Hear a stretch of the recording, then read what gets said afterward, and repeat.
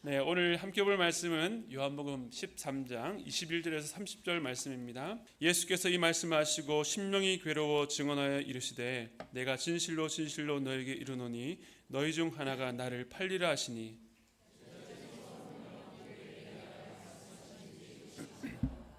예수의 제자 중 하나 곧 그가 사랑하시는 자가 예수의 품에 의지하여 누웠는지라.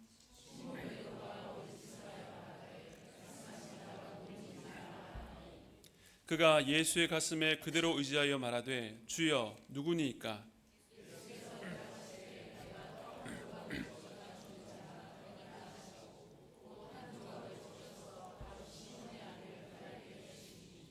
조각을 받은 후 곧 사탄이 그 속에 들어간지라. 이에 예수께서 유다에게 이르시되 내가 하는 일을 속히 하라 하시니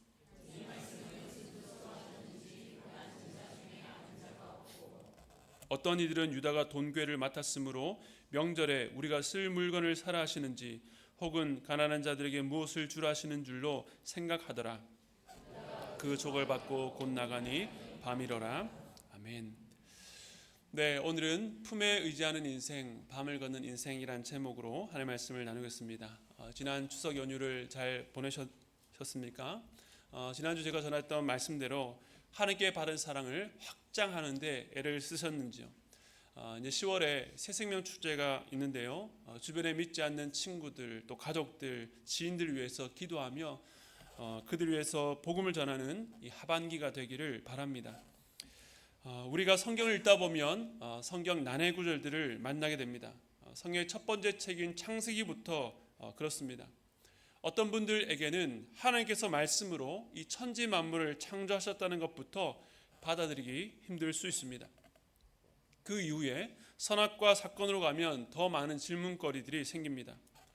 왜 하나님께서 동산 중앙에 잘 보이는 곳에 선악을 알게 하는 나무를 두셔서 인간으로 하여금 타락하게 하셨을까? 그것 하나 따먹는 것이 뭐 그리 큰 죄라고 모든 인류가 다 죄인이 되고 나까지 죄인 취급을 하시는지, 그렇게 중요했다면 왜 아담과 하와가 따먹으려 할 때에 즉시 나타나셔서 그들을 말리지 않고 그냥 내버려 두셨을까? 우리의 머리로 당장 이해되지 않고 받아들이기 어려운 내용들이 성경을 읽다 보면 연이어 계속 등장합니다. 열린 마음으로 성경을 한번 읽어보겠다라고 성경을 폈다가도 계속 등장하는 과속 방지턱 같은 이 난해 구절로 인해서 성경을 다시 닫게 됩니다. 제가 조금 전에 성경의 난해 구절들을 과속 방지턱으로 비유를 했는데, 우리가 운전을 하다가 방지턱을 만나게 되면 충격을 완화하고 또 주변을 살피기 위해서 속도를 줄여야 합니다.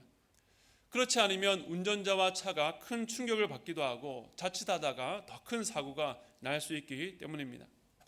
성경의 난해 구절도 그렇습니다. 물론 성경에 있는 모든 구절들을, 말씀들을 우리의 머리로 명명백백하게 다 이해할 수는 없지만 당장 이해하기 힘든 말씀 앞에서 속도를 늦추고 인내심을 갖고 무슨 의미인지를 생각해 보면 빠른 속도로 지나칠 때는 보지 못했던 것들을 깨닫게 됩니다. 성경을 읽다 보면 많은 질문거리가 생기는 것은 이 성경의 말씀이 그만큼 깊고 참 중대한 의미가 있기 때문입니다. 오늘 말씀은 그 중에서도 참 이해하기 어려운 본문입니다. 바로 예수님을 배반했던 가룟 유다에 대한 말씀입니다. 예수님께서는 마지막 만찬 자리에서 제자들을 가르치시고 또 세족식으로 그들을 섬기셨습니다. 예수님은 끝까지 제자들을 사랑하는 마음을 표현하셨고, 먼저 은혜를 입은 자들이 서로를 어떻게 섬겨야 될지를 본으로 보여주셨던 것입니다. 이 그림들을 한번 생각해 보면 참으로 따뜻한 광경입니다. 그런데 이때에 주님은 충격적인 말씀을 하셨습니다. 요한복음 13장 21절 말씀 우리 같이 읽겠습니다. 시작. 예수께서 이 말씀을 하시고 심령이 괴로워 증언하여 이르시되 내가 진실로 진실로 너희에게 이르노니 너희 중 하나가 나를 팔리라 하시니. 너희 중 하나가 나를 팔리라. 지난 6장과 13장 초반부에서 예수님은 모든 제자들이 하나님께 속한 자는 아니라며 그들 중에 배신자가 있다는 것을 은연중에 또 간접적으로 알리셨습니다. 그런데 오늘 본문에서는 예수님께서 직접적으로 함께 만찬을 나누고 있었던 그 12명을 향해서 너희 중에 하나가 나를 팔리라고 하셨습니다. 결국 오늘 본문 끝을 보면 당사자였던 가룟 유다가 홀로 떠나고 맙니다. 그렇게 떠났던 유다는 제사장 무리와 협상을 통해서 예수를 은 30에 팔아 넘기기로 합니다. 또한 예수를 잡으러 갔을 때에는 그가 예수님께 먼저 입맞춤함으로 함께 따라갔던 그 군병들이 누가 예수인지를 알려주는 은밀한 신호로 삼았습니다. 가룟 유다가 도대체 언제부터 예수님을 배반할 마음을 가졌을까요? 처음에는 순수한 마음으로 따라 나섰다가 예수님의 어떤 모습에 실망한 나머지 어떤 시점부터 배반하기로 결심한 건지 우리는 알 수가 없습니다. 그러나 지금까지 예수님 말씀대로라면 예수님은 처음부터 유다의 정체를 알고 계셨습니다. 그렇다고 한다면 더 많은 질문거리들이 생깁니다.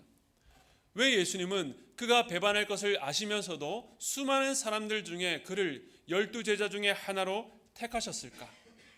우리가 복음서를 읽어보면 예수님께서 12명 이 제자들을 택하여 세우기 전에 밤이 새도록 기도하셨다라고 말씀하고 있는데 어떻게 주님께서 그렇게 열심히 기도하셨는데 이러한 선택을 하셨는지 우리는 참으로 이해하기가 힘듭니다. 또한 제자들을 둘씩 짝지어서 파송했을 때에 그들이 주님의 이름으로 증거하여서 귀신이 항복하고 병든 자가 낫는 놀라운 그 기적의 현장에서도 유다는 참여했다는 것을 알 수 있습니다. 이 내용들을 생각하면 생각할수록 가룟 유다의 이 배신 앞에서 우리는 더 혼란스러워집니다. 그래서 어떤 사람들은 예수님께서 십자가에 달리기 위해서는 누군가가 예수를 배반했어야 되는데 그 일을 한 것이 가룟 유다라고 자기에게 주어진 역할에 충실했을 뿐 그의 책임은 아니라는 식으로 말하기도 합니다. 결국 이 모든 일들이 하나님의 주권과 계획 안에 이루어졌다면 그 뜻을 행했던 유다에게 책임을 물을 수 없다는 것이죠. 이처럼 어디까지가 하나님의 작정과 계획이며 어디까지가 인간의 책임인지 하나님의 작정과 인간의 책임 사이에 혼란이 있습니다. 성경의 다른 곳이나 또한 우리의 삶을 들여다보아도 이런 혼란들의 지점들이 있습니다. 내 삶에 일어난 일들을 이미 하나님께서 알고 계셨다면 왜 내게 이런 일이 일어나도록 내버려 두셨을까? 모든 것들이 이미 정해져 있다면 내가 무슨 열심을 내고 애를 써 본들 의미가 있을까라고 하는 고민입니다. 그래서 우리는 성경과 또 우리의 삶을 읽어 내려갈 때에 필요한 독법, 읽는 방법을 가져야 됩니다. 오늘 세 가지를 말씀드리려고 하는데요. 첫 두 가지는 우리가 조심해야 될 부분, 억제되는 부분이고 마지막 한 가지는 반드시 필요한 부분, 갖춰야 될 부분입니다. 먼저 조심해야 될 두 가지를 말씀드리겠습니다. 이런 혼란을 깊이 들여다보면 하나님의 작정과 인간의 책임이라고 하는 두 가지 측면에서 모두 인간의 죄성이 작동했다는 것을 알게 됩니다. 첫 번째는 하나님의 작정과 관련해서는 하나님께서 당신의 놀라운 지혜와 능력으로 계획하시고 일하시는 영역을 우리의 좁은 지혜로 판단하려고 하는 그 교만이 작동할 때에 우리는 혼란스러워집니다. 하나님의 뜻을 우리가 평가하고 판단하려는 교만입니다. 그리고 두 번째는 우리에게 주어진 역할과 책임을 미루거나 누군가에게 떠넘기려고 하는 회피가 작동될 때에 우리는 혼란스러워집니다. 교만과 회피, 이 두 가지 모두 인간의 죄성에서 나왔고 성경과 우리의 삶을 읽어 내려갈 때에 조심해야 될 부분입니다. 이 타임루프라는 영화의 소재가 있습니다. 시간 여행을 하는 스토리인데 대표적으로 제가 어렸을 때 백투더퓨처나 또 나비 효과, 프리퀀시와 같은 영화나 또 우리나라 드라마로 이 나인, 또 시그널과 같은 드라마입니다. 시간 여행을 할 수 있게 된 주인공이 현재 자신의 삶 가운데 일어난 그 불행을 바로잡기 위해서 과거로 돌아가서 그 불행의 원인을 제거하거나 없애려고 애를 씁니다.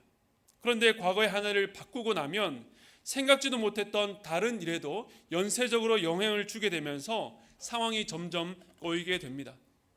시간을 되돌릴 수 있는 능력은 있지만 주인공 역시 그 시간 속에 갇혀 있기 때문에 원하는 대로 미래를 바꿀 수가 없는 한계를 우리에게 보여줍니다. 이것이 비록 가공의 스토리이지만 우리의 일상에서 일어나는 사건들이 그저 단순하고 우연히 일어나는 것이 아니라 사실은 매우 복잡하고 정교하게 서로 얽혀 있다는 것을 우리에게 말해줍니다. 하나님의 작정이라는 것은 단순히 먼 미래에 일어날 일들을 미리 아는 정도가 아닙니다. 하나님이 이 세상을 창조하시기 전 일어날 모든 일들을 예정하고 결정하신 영원한 계획을 말합니다. 여기서 영원하다는 것은 창조 이전에, 즉 시간의 흐름에 영향을 받지 않는다는 뜻입니다.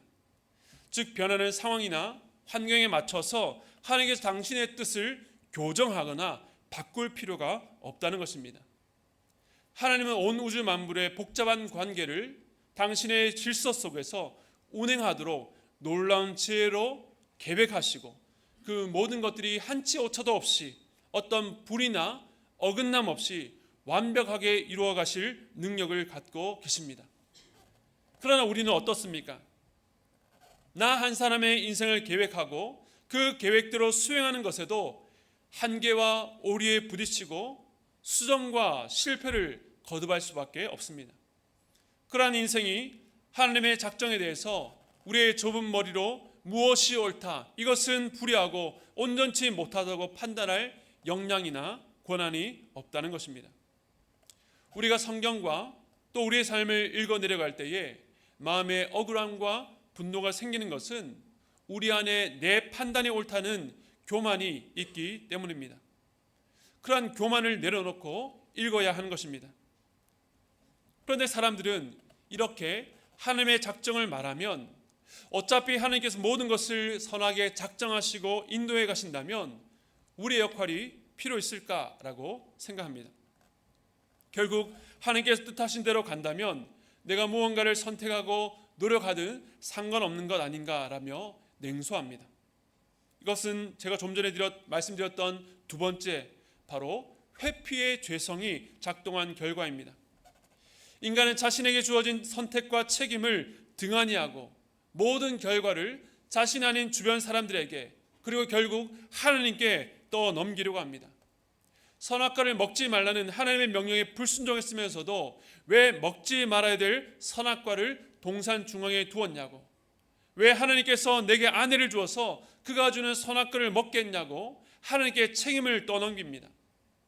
하나님의 작정, 하나님의 정해진 뜻은 우리에게 가려진 영역이요 우리가 감히 알 수 없는 부분입니다. 그러나 아담과 하와가 하나님의 명령을 범할 수 있는 자유가 있었던 것처럼 하나님의 형상으로 지음받은 우리는 주어진 역광과 환경 속에서 자유롭게 판단하고 선택하며 그 결정과 행동에 따른 책임을 져야 되는 존재로 지어진 것입니다. 성경과 우리의 삶을 읽어 내려갈 때에 무력하다라고 느끼는 것은 사실은 책임을 면하고 도망가려는 회피의 죄성 때문인 것입니다. 하나님의 작정은 우리의 자유를 제약해서 억지로 무언가를 행하도록 만들지 않습니다. 우리는 자유롭게 판단하고 결정하고 행동합니다. 그런데 사실 이것 또한 그렇게 간단한 문제가 아닙니다. 정말 사람은 아무런 제약 없이 오롯이 자신만의 생각과 판단으로 결정을 내린다고 말할 수 있는가 하면 그렇지가 않다는 것입니다. 우리는 환경에 영향받기가 쉽습니다.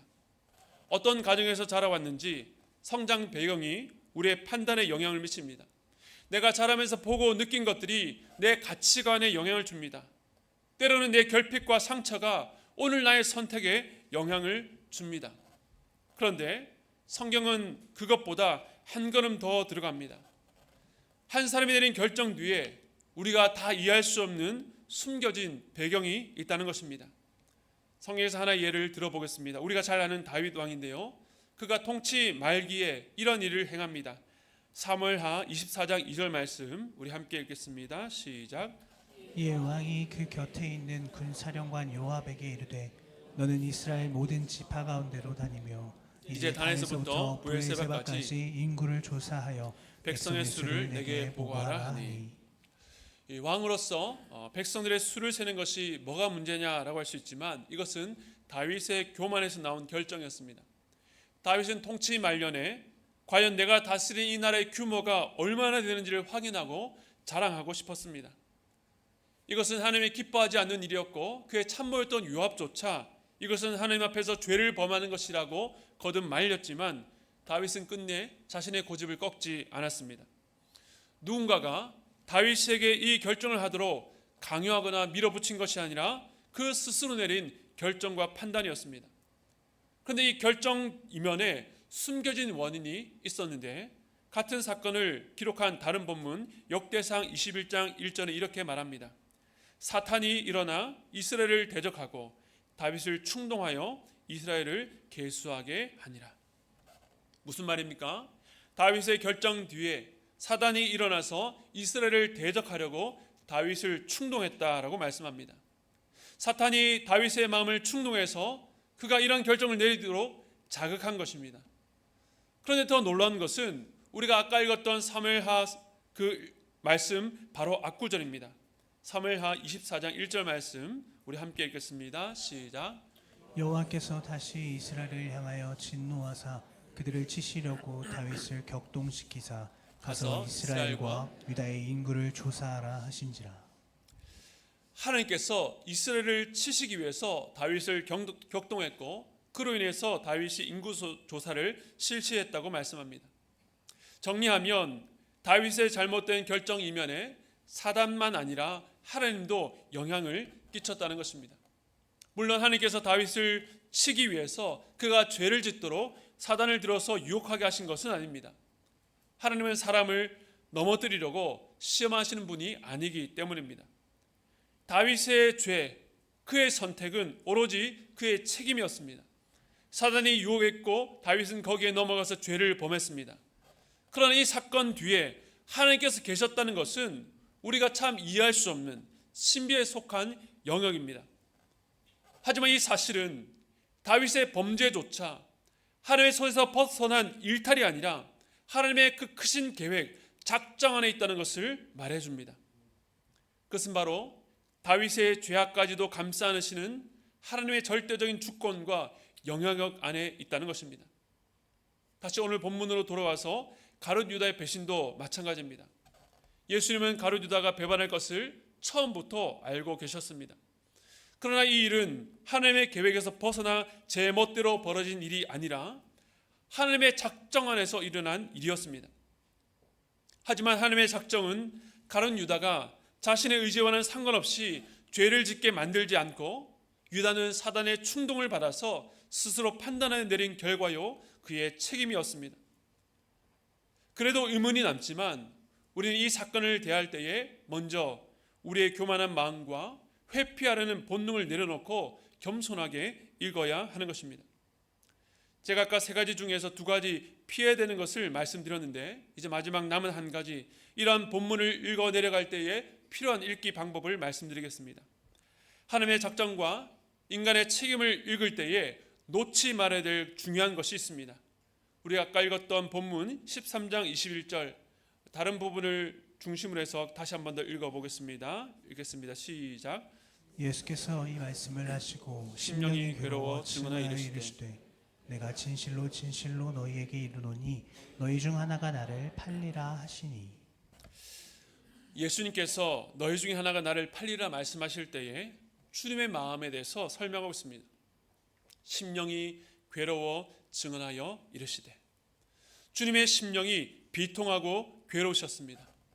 그런데 이 단어는 지난 12장에서 예수님께 십자가를 앞두시고 내 마음이 괴로우니 무슨 말을 하리요 나를 구원하여 이때를 면하게 해달라는 간절한 기도 중에 나왔던 그 괴롭다는 단어와 같습니다. 주님의 십자가 죽음을 앞두고 마음이 요동치듯 괴로우셨습니다. 그런데 주님은 가룟 유다의 배신을 앞두고도 그와 같이 괴로우셨던 것입니다. 가룟 유다가 처음부터 배신할 자였다는 것을 명확히 아셨고 결국 정해진 길로 가는 유다의 배신을 두고 왜 예수님께서 이렇게 괴로워하시는지 이해하기 힘듭니다. 그러니까 예수님께서 너는 본래 나를 배신하기로 심판받기로 정해진 자이니 내 갈 길로 가서 심판받으라고 한 것이 아니라 그의 배신 앞에서 안타까워하시고 고통스러워 하셨다는 것입니다. 주님이 이렇게 고통스러워하셨던 이유가 무엇입니까? 우리가 우리의 일생 가운데 또 성경 속에서 하나님의 뜻, 하나님의 작정을 읽어내려갈 때에 놓지 말아야 될 것이 있습니다. 그것은 바로 주님의 마음, 주님의 감정을 놓치지 말아야 한다는 것입니다. 우리가 하나님의 작정을 떠올릴 때마다 거부하게 만드는 것은 하나님께서 모든 것을 자기 마음대로 정하고 그 정한 대로 우리를 마치 장기판의 말처럼 이리저리 움직이는 신, 자기 마음에 들지 않으면 쉽게 버리거나 죽일 수도 있는 폭군처럼 생각하기 때문입니다. 그런데 이러한 생각은 말씀 속에서 주님의 감정, 주님의 마음을 빼놓고 읽었기 때문입니다. 만약 정말로 주님이 그러한 분이시라면 주님의 심경이 괴로운 것을 설명할 수가 없습니다. 예수님은 유다의 배반까지도 성경을 응하게 하려는 것이라고 말씀하셨지만 그렇다고 유다를 방치하거나 내버려두지 않으셨습니다. 은연중에 계속 돌이킬 기회를 주셨고 그러면 끝내 돌아서는 그를 바라보시면서 너무나도 고통스러워 하셨던 것입니다. 예수님은 제자 중 하나가 나를 팔리라고 하셨지만 그가 누구인지 폭로하는 데 관심이 없었습니다. 그의 정체를 단박에 드러내서 그를 콘으로 내몰지 않으시고 제자 중 하나가 그가 누구인지 물었을 때에도 떡을 떼어주는 자가 그라고 하면서 가룟 유다에게 건넸습니다. 우리가 볼 때에 이렇게까지 했는데도 제자들이 모르는 것이 이상하다고 느낄 수 있겠지만 이 말씀의 핵심은 예수님은 끝까지 다른 제자들은 눈치챌 수 없는 방법으로 유다에게 알리셨다는 것입니다. 유다에게는 명백했지만 다른 제자들은 알아챌 수 없도록 모호하게 감추신 것입니다. 우리 주님께서 그렇게 하신 이유가 무엇입니까? 그가 죄에서 돌이켜 사는 것을 원하셨기 때문입니다. 그의 마음속 생각을 들추시고 죄를 지적하신 것은 지금이라도 그 길에서 돌이켜서 다시 사는 방법, 끝까지 기회를 주기 위해서였습니다. 그러나 유다는 어떻게 했습니까? 요한복음 13장 27절에 이렇게 말합니다. 조각을 받은 후 곧 사탄이 그 속에 들어간지라. 이에 예수께서 유다에게 이르시되 내가 하는 일을 속히 하라 하시니. 예수님께서 건네주시는 떡 조각을 받고 사탄이 그 속에 들어갔습니다. 이 말씀은 예수님께서 의도적으로 가룟 유다의 마음에 사단이 들어가게 만드신 것이 아닙니다. 어떻게 사단이 가룟 유다에게 들어가는 지경에 이르게 되었습니까? 요한복음 13장 2절에 보면 마귀가 벌써 시몬의 아들 가룟 유다의 마음에 예수를 팔려는 생각을 넣었더라. 처음에 마귀는 가룟 유다의 마음에 생각을 넣어주는 것으로 접근했습니다. 예수를 팔고 배반하는 생각을 그의 마음에 넣었습니다. 그런데 유다는 그 생각을 거부하지 않았습니다. 그 생각이 자기 마음을 완전 장악하도록 허용했습니다. 그러다가 이제는 사단이 직접 그에게 출입하게 된 것입니다. 마지막 주님께서 내미신 회개의 요청에도 유다는 자기의 뜻을 꺾지 않고 사단의 뜻대로 실행하기로 결심했습니다. 유다는 예수님께서 호의와 애정의 표시로 건넨 그 떡을 받고도 끝까지 주님의 사랑은 거절한 것입니다. 요한복음 13장 30절 말씀 우리 함께 읽겠습니다. 시작. 유다가 그 조각을 받고 곧 나가니 밤이로라. 그가 예수를 배반하기로 결정하고 나간데 밤이었다라고 말씀합니다. 이것은 단지 그때의 시간적 배경만을 설명하는 것이 아닙니다. 주님의 사랑을 끝까지 거절하고 나간 인생이 걷는 삶이 밤과 같이 어둡고 캄캄하다는 것입니다. 아니 어두운 밤보다 더 깊은 죄와 심판의 어둠으로 끌려가는 인생입니다. 제가 어릴 때 이 가룟 유다 이야기를 읽으면서 내가 유다처럼 예수님을 배반하면 어떡하지? 라고 불안해할 때가 있었습니다. 그때는 내가 교회를 다니고 예수를 믿는 것 같은데 나도 마지막 순간 정말 중요한 때에 유다처럼 배신하면 어떡하지? 내가 가룟 유다처럼 처음부터 하나님께 속하지 않은 자라면 어떡하지? 라며 걱정했습니다. 아무에게도 얘기하지 못하고 혼자만 하는 고민이었습니다. 그러나 오늘 본문을 통해서 알 수 있는 것은 밤을 걷는 인생이란 어느 날 한 번의 실수나 한 번의 거절이나 한 번의 타락으로 돌이킬 수 없는 삶이 아니라는 것입니다. 꾸준하게 지속된 주님의 사랑, 그 손길을 거절하고 끝까지 거절한 결과였습니다. 사단이 처음에는 생각을 넣어주다가 이제는 사단이 직접 그 속에 들어갈 정도로 악에게 익숙해진 결과였습니다. 우리도 자주 넘어집니다. 그러나 여전히 손 내미시는 주님의 은혜와 긍휼이 우리로 하여금 다시 일어나서 주님의 백성으로 살아가게 하는 것입니다. 예수님의 제자들도 마찬가지였습니다. 예수님께서 너희 중 하나가 나를 팔리라 하셨을 때에 제자들의 반응을 보겠습니다. 요한복음 13장 22절 우리 함께 읽겠습니다. 시작. 제자들이 서로 보며 누구에게 대하여 말씀하시는지 의심하더라. 이 말씀을 듣고 오히려 가룟 유다는 포커페이스를 하고 뻔뻔하게 앉아 있는데 다른 제자들은 혼란에 빠졌습니다. 제자들이 서로를 의심합니다. 다른 제자를 쳐다보는 그 의심스러운 눈빛 안에는 사실 자기 자신을 향한 불신과 불안도 포함되어 있었습니다. 혹시 주님이 나를 가리켜 하신 말씀은 아닐까? 내가 주님을 배반하게 된다는 말씀은 아닐까? 지금껏 주님을 열심히 따른다고 자부했지만 그 작은 파장에도 불안하고 요동치는 것이 제자들이요 또한 우리들입니다. 이번에도 가장 먼저 베드로가 나섰습니다. 그런데 그는 얼마 전에 가이사랴 빌립보에서 예수님께서 장차 고난당하시고 죽는다라고 말씀하시니까 그를 붙들고 항변했다가 예수님으로부터 사단아 내 뒤로 물러가라 너는 나를 넘어지게 하는 자로다 라는 꾸지람을 듣기도 했습니다. 베드로가 누군가를 시켜서 주님의 팔자가 누구인지 알아보라고 했습니다. 그런데 요한복음은 그 누군가를 이렇게 묘사했습니다. 요한복음 13장 23절 예수의 제자 중 하나 곧 그가 사랑하시는 자가 예수의 품에 의지하여 누웠는지라. 예수의 제자 중 하나 곧 그가 사랑하시는 자라고 말씀합니다. 많은 성경학자들이 이를 요한복음의 저자 사도 요한이 저자로서 자기 이름을 드러내지 않고 숨긴 것으로 봅니다. 요한이 자신을 그가 사랑하시는 자라고 칭한 것이 참 흥미롭습니다. 요한복음에 총 5번 나오는데 이 본문에서 처음으로 등장한 호칭입니다. 누군가는 이것을 보고 참 뻔뻔하다라고 말할 수 있겠지만 이 표현은 예수님이 다른 어떤 제자들보다 자신을 가장 사랑했다는 자기 과시적인 표현이 아닙니다. 자신의 이름을 알리기보다 주님께서 사랑하시는 자라고 해서 주님의 은혜를 입은 주님의 사랑과 은혜가 아니면 존재할 수 없는 자라고 간절함을 표현한 것입니다. 누가 배반할 자인지 드러내지 않은 상황 가운데서 자신을 사랑하시는 주께서 자신을 붙들어 주시리라는 소망을 나타낸 호칭입니다. 그런데 그런 그가 주님 곁에 어떻게 있었습니까? 예수의 품에 의지하여 누워 있었습니다. 그리고 베드로가 머리짓으로 그에게 물었을 때의 그의 행동입니다. 요한복음 13장 25절 우리 함께 읽겠습니다. 시작.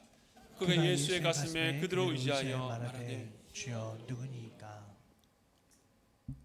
예수의 품에 의지하여 누워있던 자가 예수의 가슴에 그대로 의지해서 묻습니다. 주여 누구니까. 이전에 이 본문을 읽을 때는 예수님을 향한 친밀함의 표현 정도로 읽었습니다. 그런데 이번에 설교를 준비하면서 묵상하는 가운데 사도 요한의 자세는 연약한 가운데서도 주님 곁에 머물려는 간절한 마음으로 다가왔습니다. 한 사람의 자세와 태도는 그 마음의 내면의 상태, 마음의 상태를 드러냅니다. 사도 요한도 불안했을 것입니다. 주님께 물었는데 나라고 하시면 어떡하나. 그런데 그는 주님이 두려워서 멀리 떨어져 도망갈 준비를 하지 않습니다. 비록 연약하지만 오히려 그의 품에 의지하여서 그대로 의지하여 물었습니다. 그 자세가 의미하는 것이 무엇입니까? 주님, 저는 연약합니다. 그러나 저는 주님 곁에 머물기를 원합니다. 저는 불안합니다. 그래도 저는 주님 곁으로 더 가까이 나아갑니다. 주님 나를 멀리하지 마옵소서. 제가 오늘 한참 설명했지만 우리가 하나님의 작정과 뜻을 온전히 다 이해할 수는 없습니다. 또한 우리의 선택이 우리의 책임이 따른다는 것을 알지만 우리가 늘 옳은 선택, 바른 결정만 하는 것도 아닙니다. 때로는 사단이 주는 생각에 넘어가서 죄를 범하기도 하고, 그래 놓고도 그 책임을 하나님께 떠넘기려고 하는 연약한 존재입니다. 우리도 주님을 배반하지 않을까라고 하는 불안함이 있습니다. 그러나 이러한 우리의 연약한 삶의 맥락을 주님의 마음으로 읽으셔야 합니다.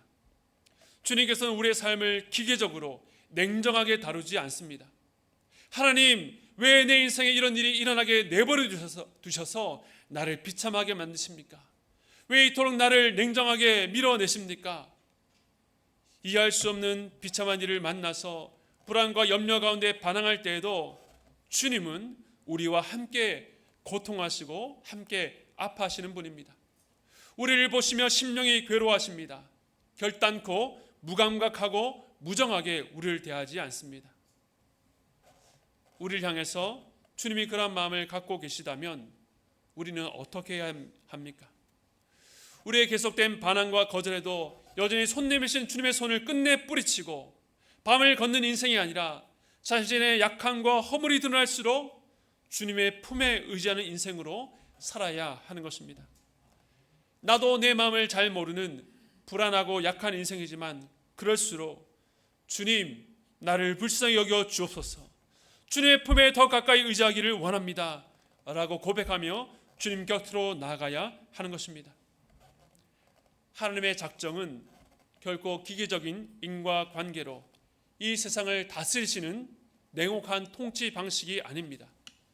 하나님의 작정은 죄인을 향한 절절한 긍휼과 사랑으로 통치하시는 하나님의 은혜를 말합니다. 조속으로 변하는 우리의 마음에도 너를 향한 나의 판단과 생각은 절대 변함이 없고 여전히 안전한 울타리가 되어주신다라고 약속합니다. 그러한 놀라운 은혜 속에서 여러분에게 주어진 자유라는 특권으로 죄를 향한 방종의 삶이 아니라 매 순간마다 주님 곁에 머무는 결정과 선택으로 주님과 함께 동행하는 저와 여러분 되시기를 주님의 이름으로 축원드립니다. 오늘 말씀을 기억하시면서 우리 이 찬양으로 함께 나아가기를 원합니다. 주님 곁으로 날 이끄소서. 연약한 우리지만 우리를 받아주시는, 안아주시는 그 주님 앞에 나아가면서 함께 기도하도록 하겠습니다.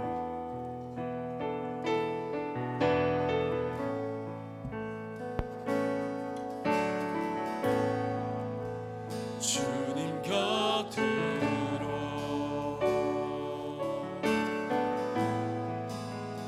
날 이끄소서. 내 모든 것 다 들으며 주음성 듣기 원하네. 나의 참 소망, 나의 참 소망,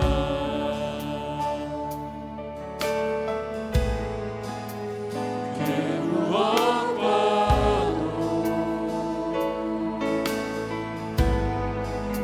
바꿀 수 없는 주 사랑,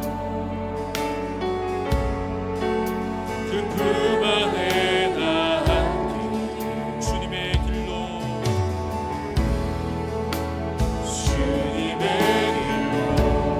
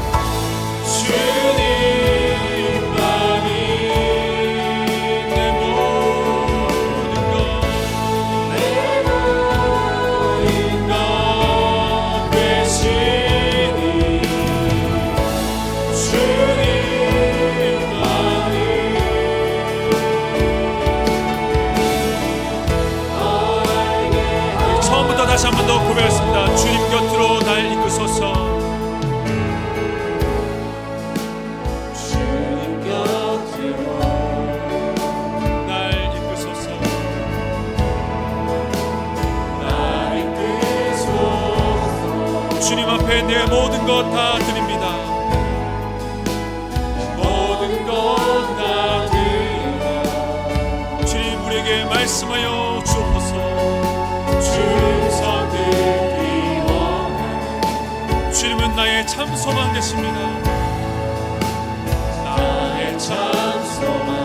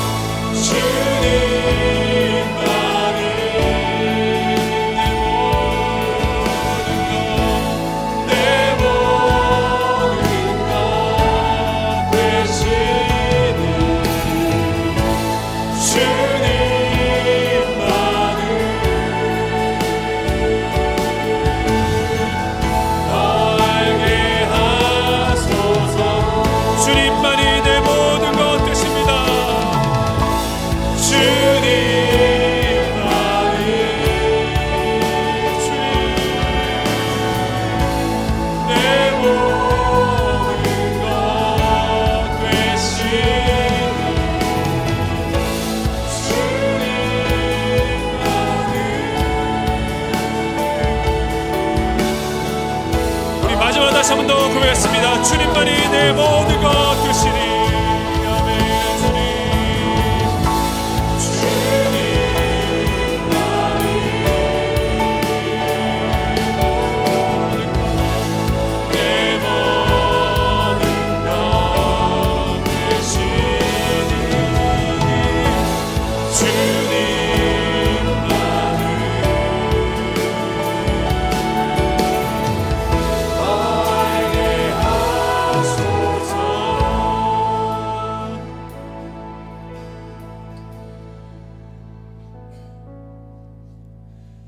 지금 밤을 걷고 있는 인생이 계십니까? 하나님을 떠나서 하나님을 무정하고 냉정한 신인 것처럼 여기고 방하고 계십니까? 가룟 유다를 향해서도 이렇게 여러 차례 손을 내미시고 그에게 기회를 주셨다면 우리에게는 더 많이 말씀하시고 부르십니다. 오늘 이 예배 가운데서도 여러분께 손을 내미시고 그 삶으로 초청하고 계십니다. 그러나 우리는 우리 인생에 일어났던 그 어떤 하나의 사건, 하나의 고난, 그 고통으로 말미암아 내 인생 가운데 세밀하게 간섭하시고 돌보시고 일하셨던 주님의 감정과 주님의 마음을 다 잃어버리고 하나님께 원망하기 일쑤입니다.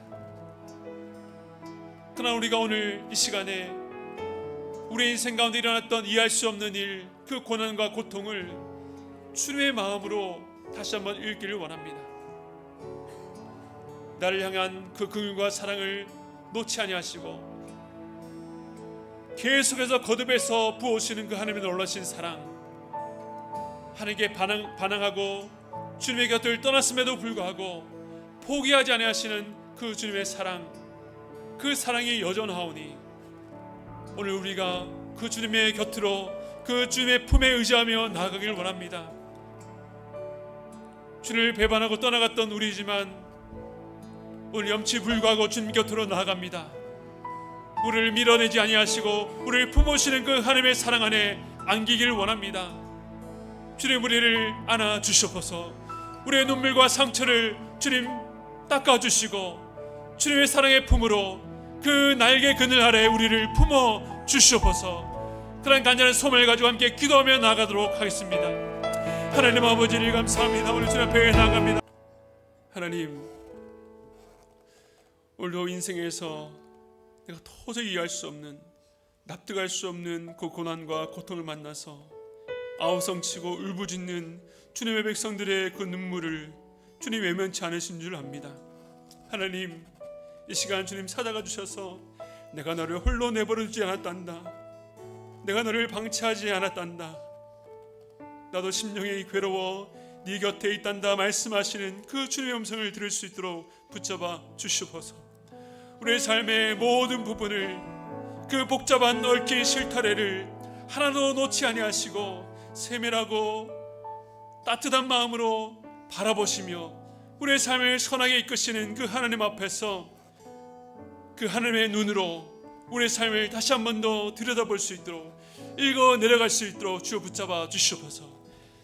그라이에서 지금은 도저히 이해될 수 없고 받아들일 수 없는 그 일이, 그 속에서도 하나님의 사랑은 여전하며 하나님의 은혜와 긍휼은 여전하다는 것을 우리 인생의 어느 때에 깨달아질 수 있도록 붙잡아 주시옵소서.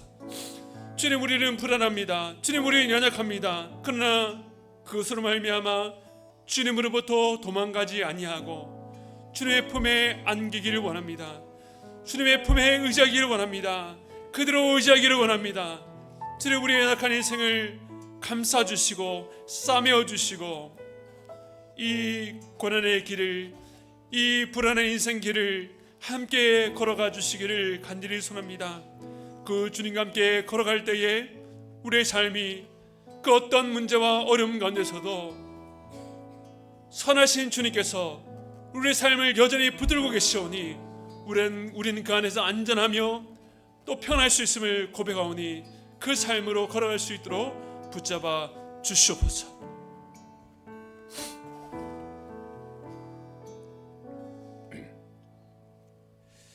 지금은 우리 주 예수 그리스도의 한량없는 은혜와 하나님 아버지의 무한하신 사랑하심과 성령님의 감동 감화 교통하심의 역사가 밤의 길을 걷던 우리의 인생을 붙드셔서 품에 의지하는 인생으로 부르시는 그 주님의 은혜에 감격하여 내 삶의 모든 여건과 자유를 통해서 주님 곁에 머물기를 힘쓰겠다고 다짐하고 돌아가는 모든 성도들의 머리 위에 지금부터 영원토록 함께 있기를 축원드리옵나이다. 아멘.